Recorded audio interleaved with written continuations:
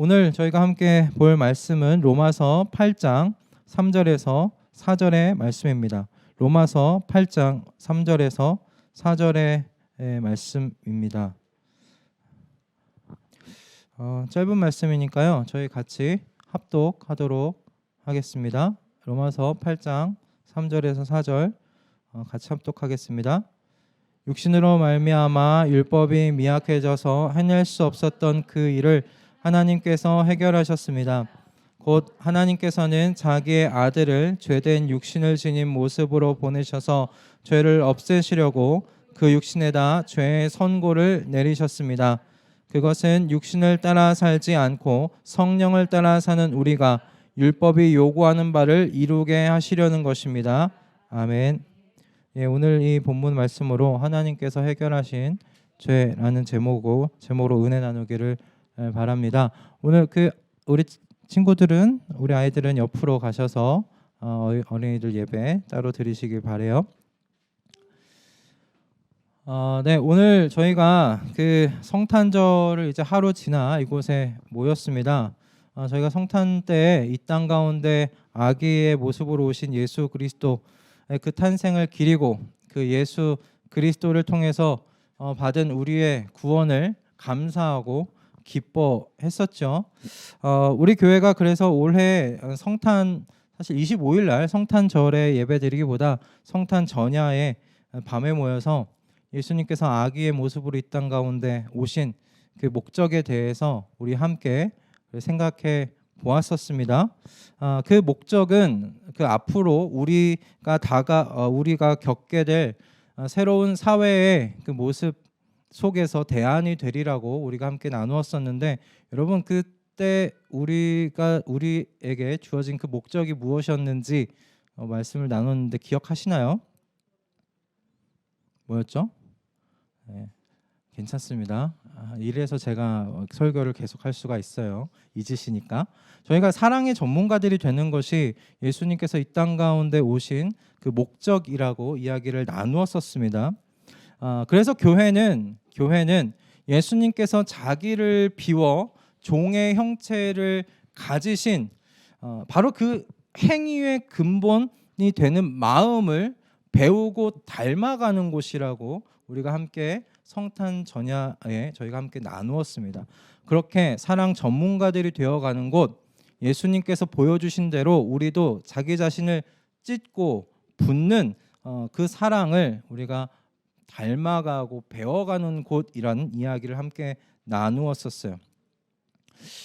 저는 오늘 그 성탄을 하루 지난 오늘 또 다시 한번 하나님께서 여러분에게 새롭게 살게 하신 이 삶의 방향이죠. 그리스도께서 영광을 받으시는 이 사랑의 삶에 대해서 좀 오늘 이 로마서 말씀을 가지고 함께 이야기를 나누기를 소원합니다.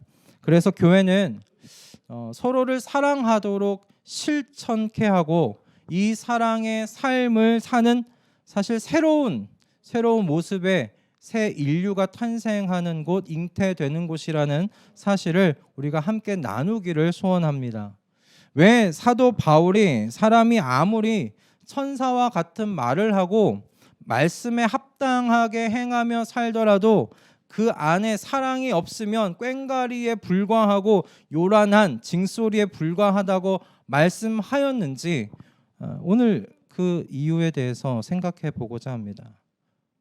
오늘 주님께서 이 예배의 자리에 모인 우리로 정말 새로운 삶의 방향으로 인도하심을 인정케 하시고 주님께서 보여주신 이 사랑의 삶을 향해 발걸음을 옮겨가기를 결단케 되는 그런 은혜가 오늘 예배 가운데 있을 줄 믿습니다.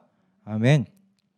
오늘 먼저 성경은 우리로 하여금 저와 여러분을 사실 율법을 지킬 수 없는 상태에 있는 사람이라고 말하고 있음을 여러분 좀 기억하셨으면 좋겠어요. 그것이 전제입니다. 오늘 본문의 전제예요. 오늘 본문은 육신으로 말미암아 율법이 미약해졌다라고 이야기하고 있습니다. 그러면 이게 무슨 말입니까? 하나님께서 저와 여러분에게 참 인간으로서 살아갈 삶의 방향, 그죠? 그리고 실천해야 될 기준들을 그냥 이 율법이라는 것 안에 담아서 알려주셨어요. 근데 이 부분에 대해서 이 주셨는데 우리가 그것을 살아갈 능력이 안 된다는 것에 대한 이야기예요. 근데 어떤 분들은 이렇게도 이야기를 할 수 있어요. 이방인들에게는 하나님께서 율법 주지 않으시지 않았냐? 우리 율법을 받은 적이 없다라고 이야기를 할 수도 있겠지만 로마서 2장 14절과 15절의 말씀을 보면 사실 이렇게 먼저 이야기를 하고 있지요. 율법을 가지지 않은 이방 사람이 사람의 본성을 따라 율법이 명하는 바를 행하면 그들은 율법을 가지고 있지 않아도 자기 자신이 자기에게 율법입니다. 그런 사람은 율법이 요구하는 일이 자기의 마음에 적혀 있음을 드러내 보입니다. 그들의 양심도 이 사실을 증언합니다. 그들의 생각들이 서로 고발하기도 하고 변호하기도 합니다. 이게 무슨 말입니까? 하나님께서 이방인들에게 율법을 받지 않은 이방인들에게는 양심이라는 것을 주셨다는 말씀이에요. 그리고 그 양심이 지금 이스라엘 백성들에게 주신 그 율법이 요구하는 바대로 인도하고 있다라는 이야기입니다. 사람 안에 두신 이 양심이 또한 그 사실을 증언하고 있다라고 지금 3절과 4절의 말씀을 통해 이야기를 하고 있어요. 그러므로 그러니까 율법을 가진 하나님의 사람들이나 양심을 따라 살도록 되어진 이방인들이나 모두 할 것 없이 지금 하나님이 원하시는 삶의 방향으로 살아갈 능력이 없다고 지금 이야기하고 있는 거예요. 그럼 이 말이 좀 무슨 말입니까? 그러니까 기본적으로 모든 사람들은 하나님께서 말씀하시는 그 방향대로 살아갈 능력이 없다. 모든 사람들은 그 마음의 방향이 어디를 향하고 있느냐? 죄와 죽음 아래서 나 자신을 향하고 있다는 이야기예요. 바라보는 방향이 하나님과 이웃을 향한 것이 아니라 모든 그 눈의 방향이 나 자신을 바라보고 있다라는 그런 의미입니다. 율법이 요구하는 바를 왜 행하지 못합니까? 내가 원하는 것을 행하고자 하는 그 본성을 이 율법이 이기지 못하기 때문에 그래요. 그러니까 율법 자체는 내가 하나님이 되어서 살고자 하는 내 이 주인됨의 본성을 이기지 못한다. 지금 그 이야기를 하고 있는 거예요. 제가 초등학교 때 교회를 갈 때면 어머니께서 헌금을 하라고 이렇게 500원, 1,000원 이렇게 주셨어요. 그때는 500원, 1,000원 꽤 큰 돈이었거든요. 그러니까 초등학교 5학년 때부터 근데 제가 교회를 어머니랑 같은 교회를 다니지 않고 친구들이 있는 교회를 다니기 시작했어요. 지금 생각해 보면 어머니 참 대단한 결심을 하셨네라는 생각이 들더라고요. 제 아들이 따로 그렇게 다닌다고 하면 의심이 들 것 같아요. 제가 잘 가고 있나, 잘 예배 드리고 오나 내 눈으로 보질 못하니까 의심이 들 것 같은데 어머니는 그 친구 따라서 예배 드리고 오라고 저를 따로 보내주셨어요. 그런데 가끔 예배 가기 싫을 때가 있잖아요. 어렸을 때. 그러면 어머니께서 주신 500원, 1,000원을 겁도 없이 가지고 오락실을 향해서 갔습니다. 교회를 가다가 오락실을 향해서 제 발걸음이 올라간 거예요. 그렇게 오락하다가 예배 끝날 때쯤 시간을 맞춰서 집에 들어갔었어요.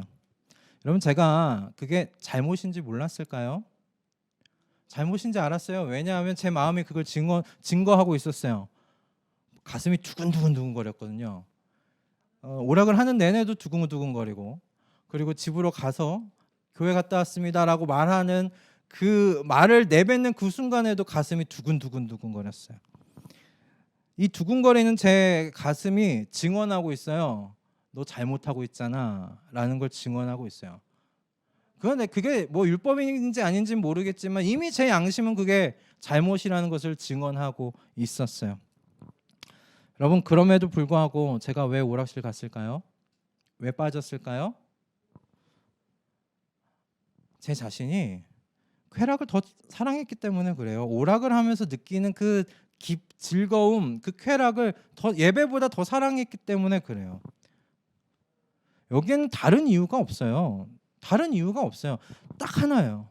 내가 그걸 더 사랑했어요. 그게 더 즐거웠어요.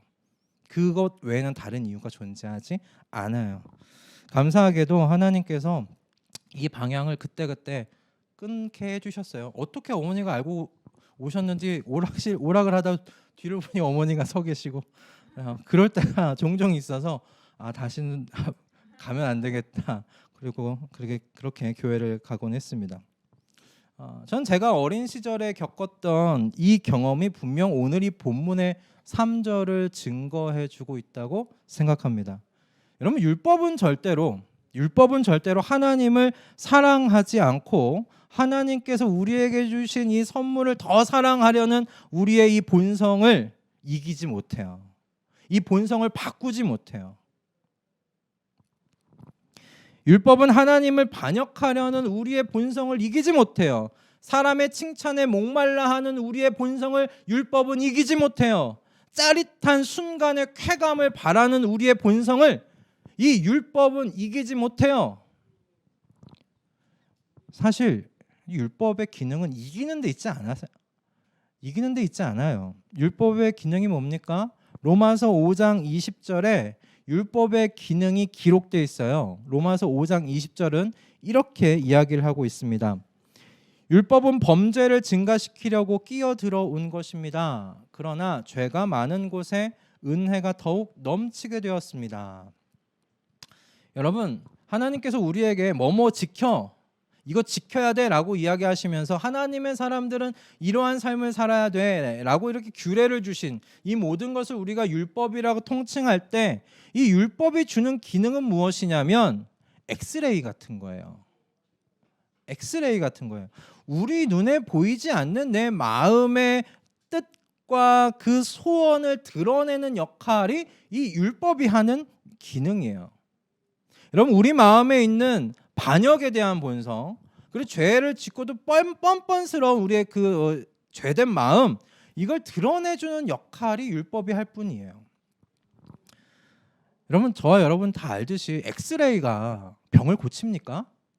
엑스레이가 병을 고치는 겁니까? 아니에요. 어디 부위에 병이 있는지를 드러낼 뿐이죠.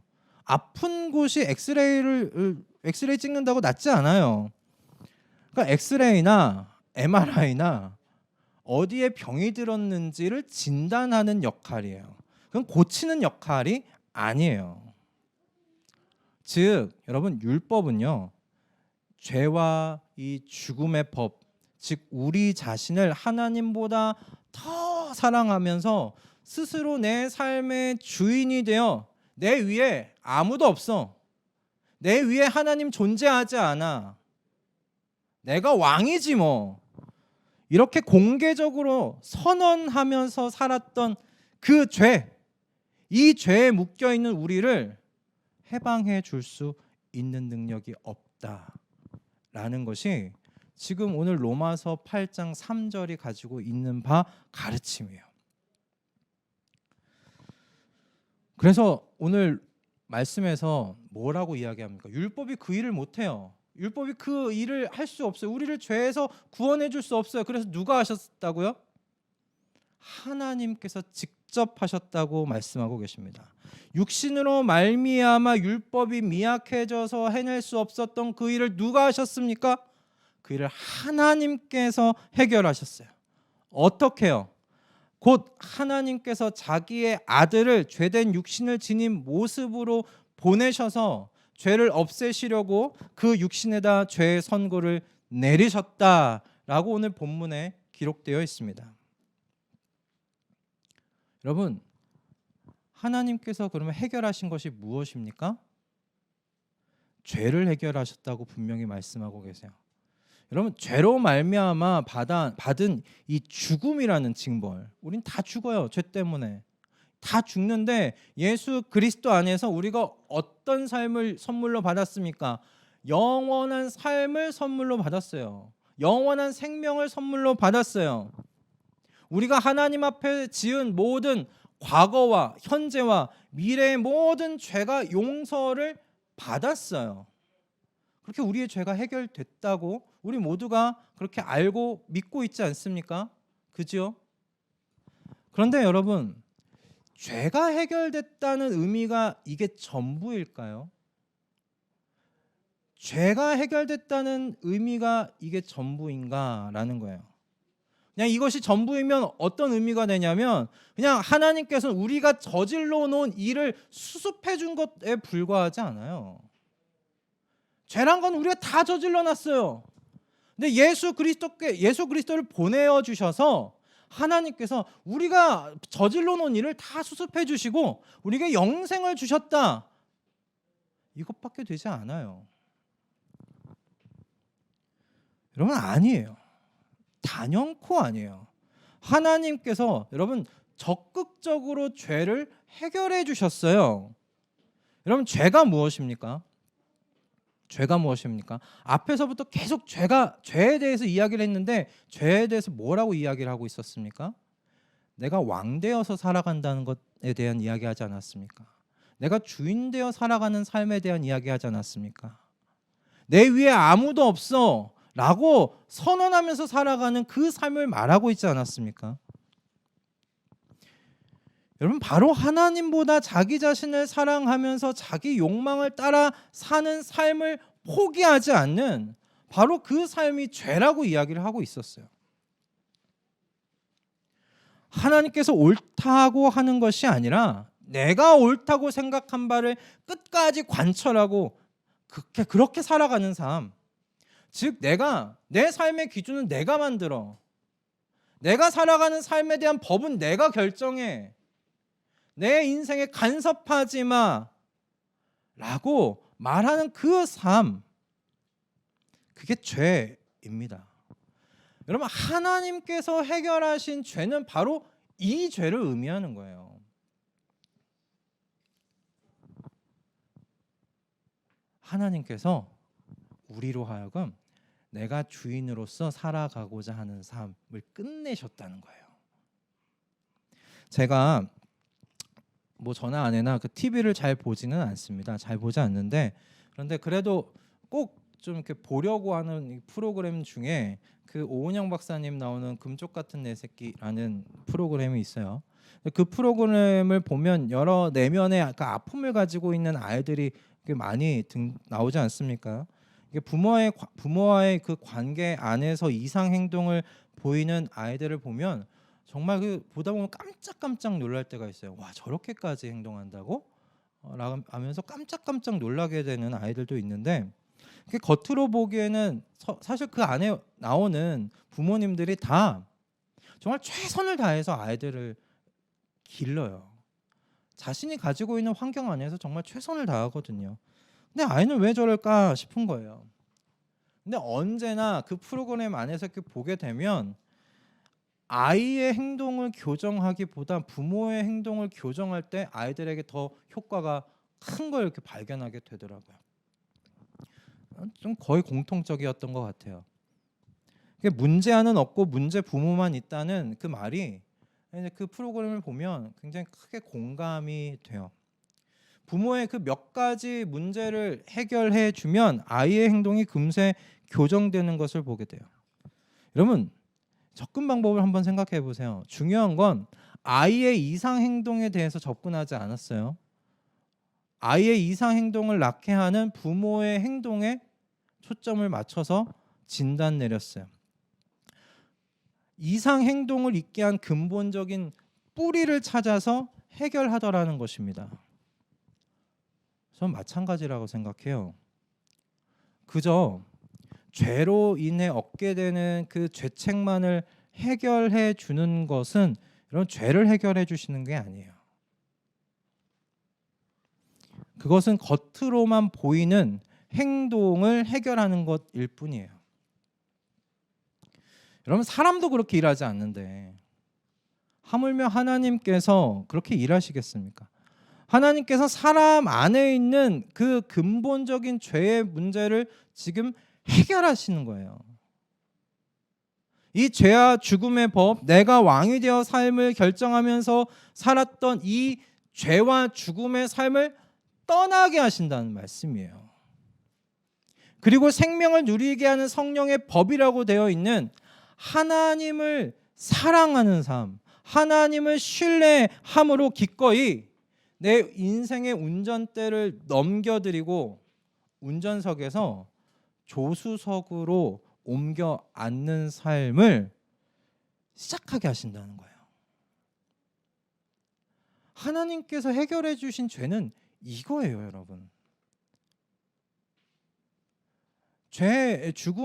죽음을 당하게 될 내 이 죽음에 대한 이 죄의 문제, 죄의 결과들, 그걸 하나님께서 해결해 주신 것뿐만 아니라 더욱더 적극적으로는 하나님께서 우리의 이 본성 안에 내 안에 우리 위에 하나님이 계시지, 하나님께서 내 삶의 왕이시지 주인이시지라는 그 근본적인 새로운 본성을 심어 놓으신다는 거예요.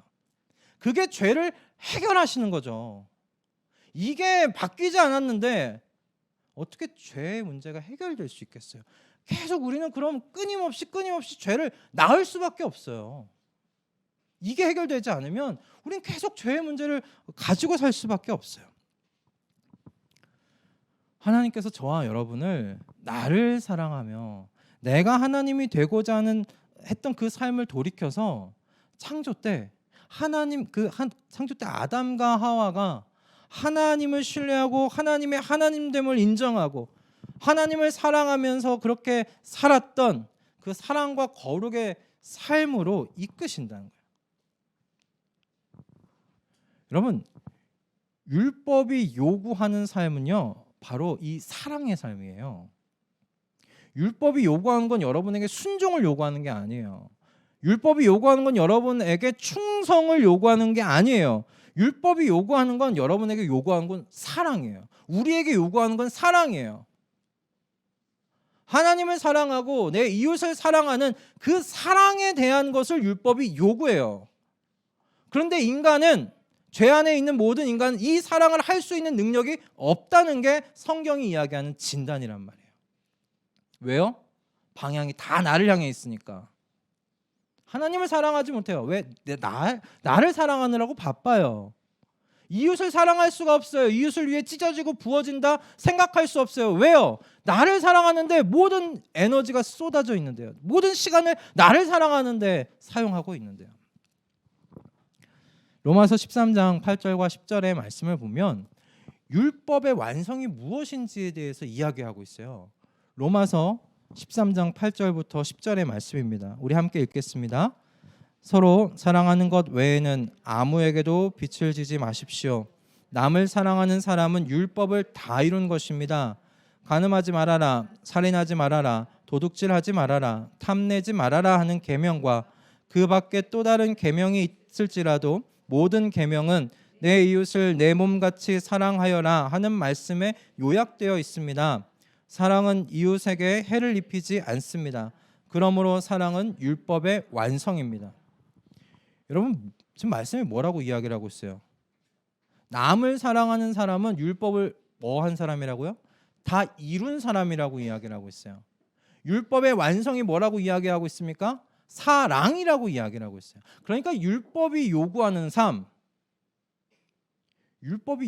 삶은요, 여러분 순종하라는 걸 가르치는 게 아니에요. 여러분 충성하라는 걸 가르치는 게 아니에요.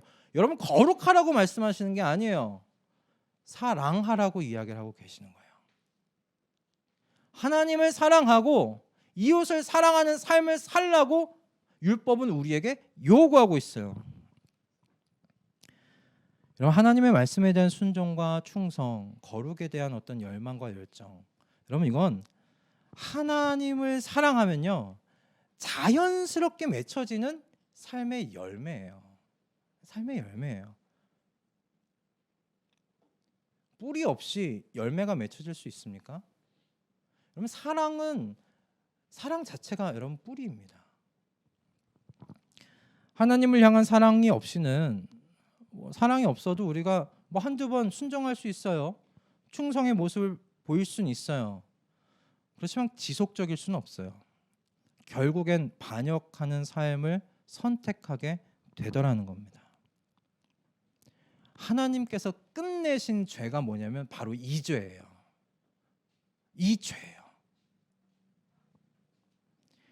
율법의 완성인 이 사랑의 삶을 살 수 있도록 하나님께서 해결해 주셨다는 거예요. 우리 안에서. 우리 스스로 그걸 할 수 없어서 하나님께서 오셔서 그 일을 해 주셨다는 거예요. 어떻게요? 그리스도 예수 안에서 생명을 누리게 하는 이 성령의 법으로 말미암아 우리를 자유케 해 주셨다. 그리고 오늘 이 본문은 성령을 따라 사는 사람이 되게 하셔서 율법이 요구하는 이 사랑의 삶을 살게 하신다라고 이야기를 하고 있어요. 간단하게 말씀드리면 성령을 따라 살면 사랑하는 삶을 살게 된다. 성령을 따라 살면 이 율법이 요구하는 사랑하는 삶 살게 된다. 하나님을 주인으로 영접한 모든 사람들 안에 하나님의 영이 계십니다. 때문에 성경은 누구든지 그리스도의 영이 없으면 그리스도의 사람이 아니라고 그렇게 가르치세요. 그러므로 하나님의 여러분 백성은 누구든지 성령을 모시고 살아요. 성령을 모시고 살아요.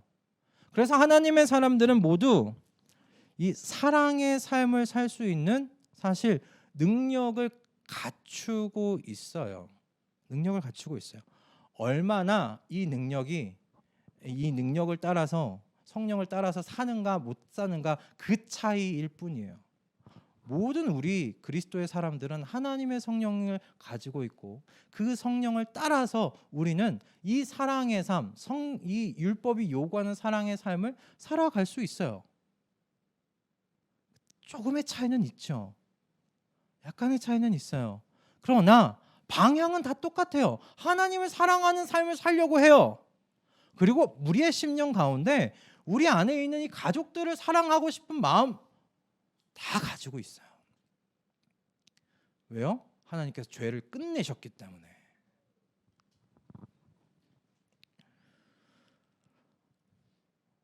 그럼 성령께서 우리 안에서 그럼 어떻게 활동하시기에 우리가 이 사랑의 삶을 살아갈 수 있는 걸까요? 오늘 이 본문을 통해 볼 때 성령은 우리 안에서 두 가지 일을 끊임없이 하세요. 두 가지 일을 끊임없이 하세요. 첫 번째는 뭐냐면 성령께서는 끊임없이 저와 여러분을 구유에 누이신 아기 예수 그리고 십자가에 달리신 예수 그리스도 앞으로 저와 여러분을 끊임없이 데리고 가세요.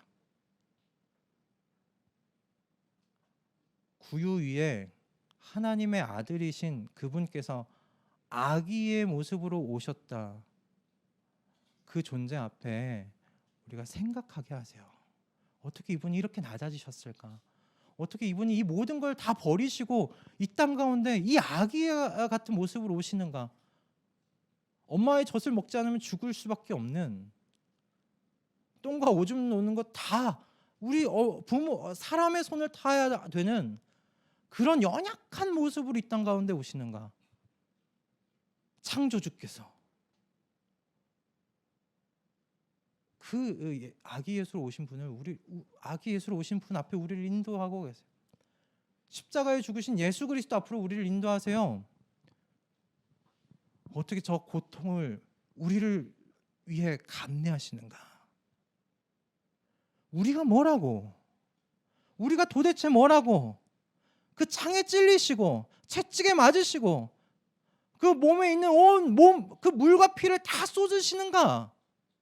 도대체 우리가 무엇이라고? 그 십자가의 예수 앞으로 우리를 인도해 가시는 거예요. 누가? 우리 안에 있는 성령께서 그 일을 하세요. 계속 끊임없이 그렇게 이끌어 가세요.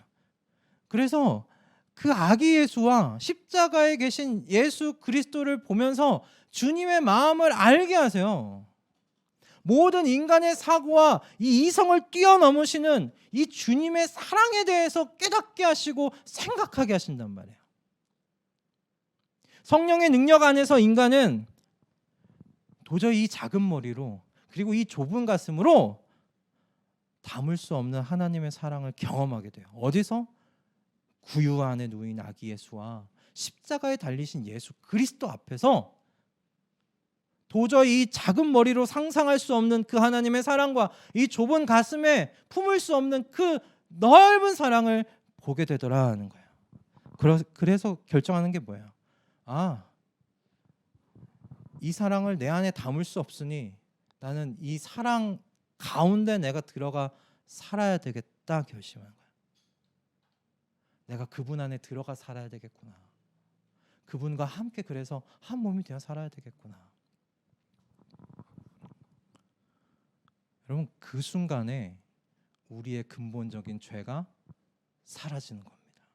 할렐루야. 저는 이곳 가운데, 이 예배 가운데 나오신 모든 여러분 10년 가운데 이 성령께서 역사하시는 이 사역이 지금 이루어지고 있는 줄로 믿습니다.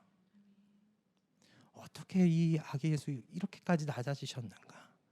내가 무엇이라고 하나님 앞에 늘 부족하고 마음 가운데 아직도 반역을 꽤 했던 그 마음의 습관이 남아서 가끔 주님의 마음을 아프게 하고 힘들게 해드리는 나 같은 자를 위에 어떻게 이 십자가에서 죽으시는가? 도저히 이 사랑이 나는 상상이 안 된다. 가늠이 안 된다. 이 사랑 안에 내가 투항하여 살아야 되겠다. 여러분, 그 순간 하나님께서 우리 안에 있는 죄를 끝내신 거예요. 끝난 거예요. 죄는 이미 끝난 거예요. 성령을 따라 산다는 건 이처럼 예수님께서 오신 그 나심과 여러분 이 죽으심 앞에 끊임없이 나아가는 것입니다.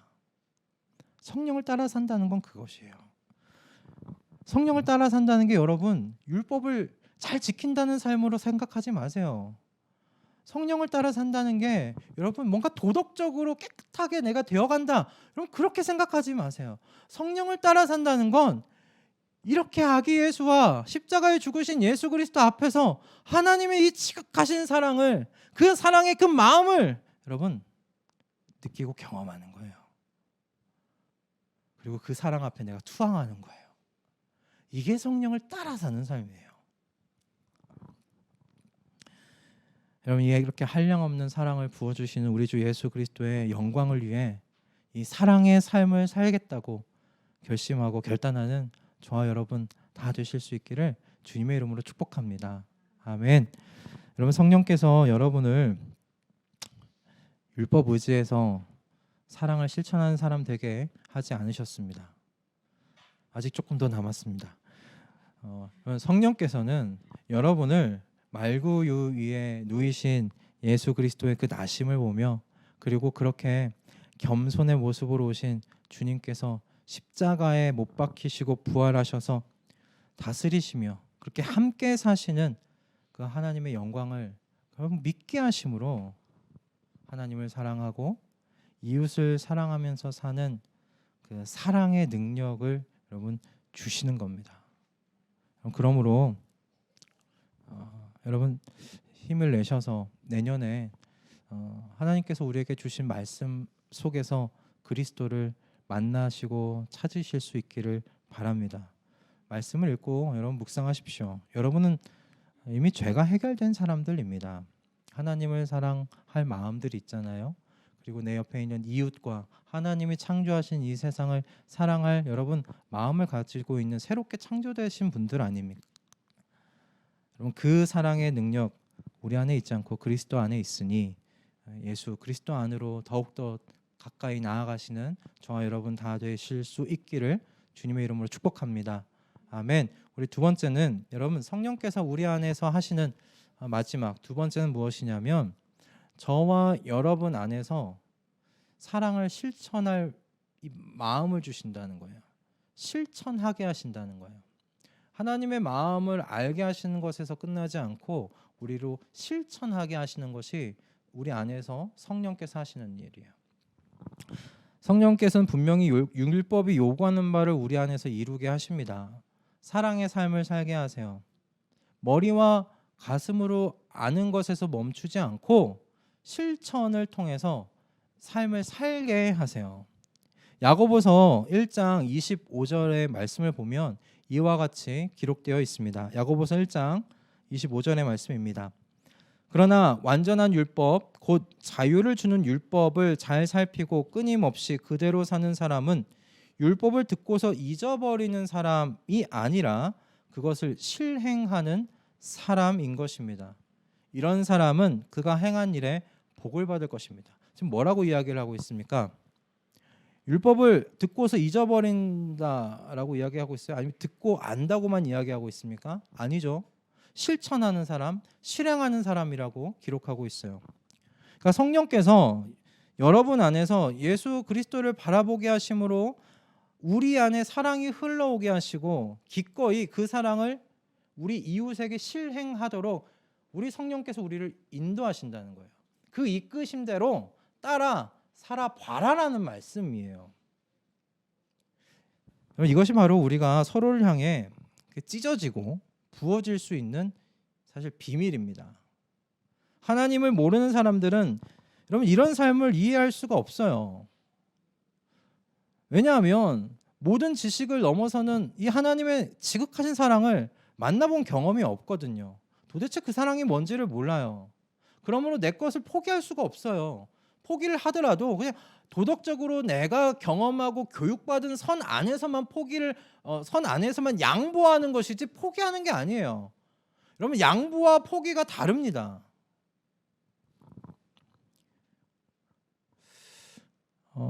손양원 목사님의 일화를 여러분 들어 아실 겁니다. 광복 이후에 우리나라 안에 그 좌익과 우익이 첨예하게 대립했던 때가 있었어요. 그래서 여수와 순천 등지에 주둔하고 있었던 군인들이 제주도에서 그 4.3 사건이라고 아시죠? 그 진압 출동을 거부하고 반란을 일으켰어요.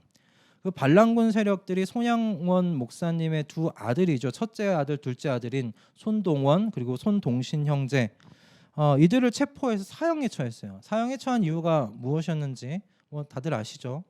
예수를 믿는다는 거였어요. 예수를 믿는다는 것, 예수에 대한 신앙을 포기하지 않는 것 때문에 처형을 하였어요.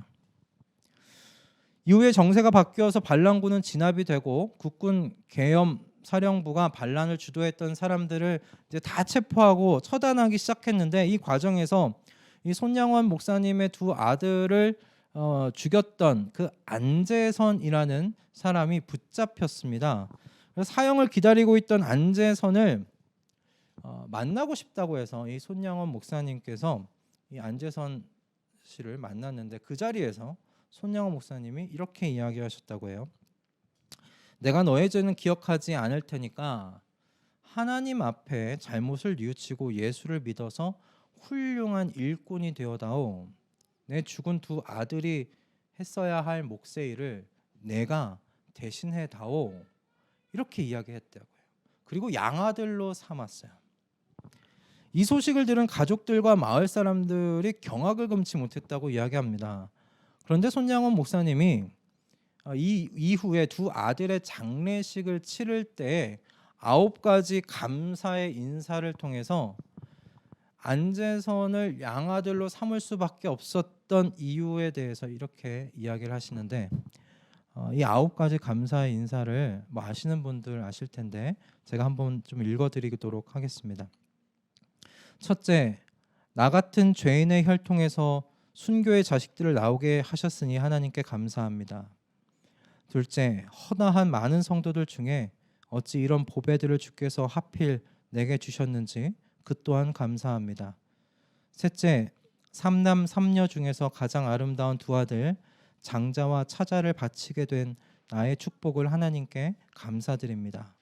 넷째, 한 아들의 순교도 귀하다 하거늘 하물며 두 아들의 순교입니까? 하나님께 감사합니다. 다섯째, 예수 믿다가 죽는 것도 큰 복이라 하거늘 하물며 전도하다 총살 순교 당함일까요? 하나님 감사합니다. 여섯째, 미국 유학 가려고 준비하던 내 아들 미국보다 더 좋은 천국 갔으니 내 마음 안심되어 하나님 감사합니다. 일곱째, 나의 사랑하는 두 아들을 총살한 원수를 회개시켜 내 아들로 삼고자 하는 사랑의 마음을 주신 하나님께 감사합니다. 여덟째, 내 두 아들의 순교로 말미암아 무수한 천국의 아들들이 생길 것이 믿어지니 우리 아버지 하나님께 감사합니다. 아홉째, 이 같은 역경 중에서 위 8가지 진리와 하나님의 사랑을 찾는 기쁜 마음, 여유 있는 믿음 주신 우리 주 예수 그리스도께 감사합니다. 손양원 목사님의 이 9가지 감사의 제목을 읽으면서 제 마음이 굉장히 뜨거워졌어요. 우리 신앙의 선배 중에 이런 신앙을 가진 선배가 있어서 너무 다행이다, 감사하다, 이 신앙의 유산을 주셔서 너무 감사하다 생각했어요. 그리고 하나님께서 제 도량에 맞춰서, 제 그릇에 맞춰서 사랑의 삶을 실천할 수 있는 기회를 주고 계심에 또한 감사하다 생각했어요. 그리고 제 삶 가운데 그래서 손양원 목사님만큼은 아니더라도 제 그릇에 맞게 사랑을 실천할 수 있는 기회 달라고 기도하게 되었어요. 여러분,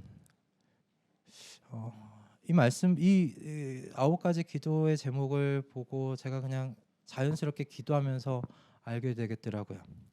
여러분, 기도로 찢어지고 부어지는 삶을 준비하실 수 있기를 바랍니다.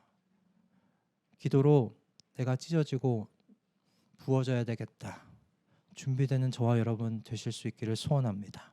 하나님의 성령께서 하나님과 이웃을 향한 사랑을 실천하라 하실 때 아멘이라고 우리 고백하면서 나아갈 수 있는 저와 여러분 다 되실 수 있기를 바랍니다. 말씀을 정리하겠습니다. 하나님께서 죄를 해결하셨다는 것은요, 죄로 인해서 우리가 겪어야 할 형량이 사라졌다는 것만을 의미하지 않아요. 죄인으로서 우리가 받을 형량이 사라졌다는 게 그것만을 의미하는 게 아니에요.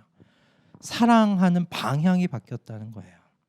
이제 내 자신을 향했던 사랑의 방향이 하나님과 우리 가족들, 내 이웃을 향해서 그렇게 바뀌었다는 거예요. 외부를 향하게 되었다는 거예요. 그렇게 먹든지 마시든지 무엇을 하든지 그리스도께서 영광을 받으시는 그런 사랑의 삶을 실천하고 싶은 소원들이 생겼다는 거예요. 그러니 여러분, 이런 사람들이 모인 이 교회가 사랑 전문가들이 넘쳐나는 곳이 되어야 되지 않겠습니까? 분열하고 갈라서고 미워하고 질투하는 곳이 교회가 돼서는 안 되지 않겠습니까? 끝장내신 게 무엇인데요? 죄를 끝장내셨습니다, 하나님께서.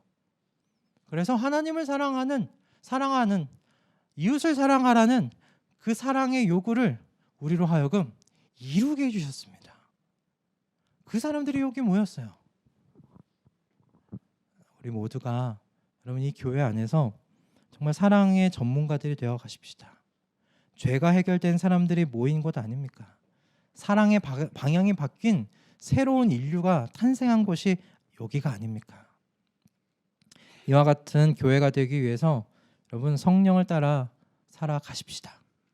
성령이 이끄시는 대로 구유 위에 누이신 예수 그리스도, 십자가 위에 달리신 예수 그리스도 앞으로 우리 끊임없이 나아가서 하나님의 마음을 더 깊이 헤아리는 저와 여러분 다 될 수 있기를 소원합니다. 그래서 사랑을 우리 삶으로 실천해 나아가는 2022년도를 맞이하는 저와 여러분 다 되기를 주님의 이름으로 축복합니다. 아멘.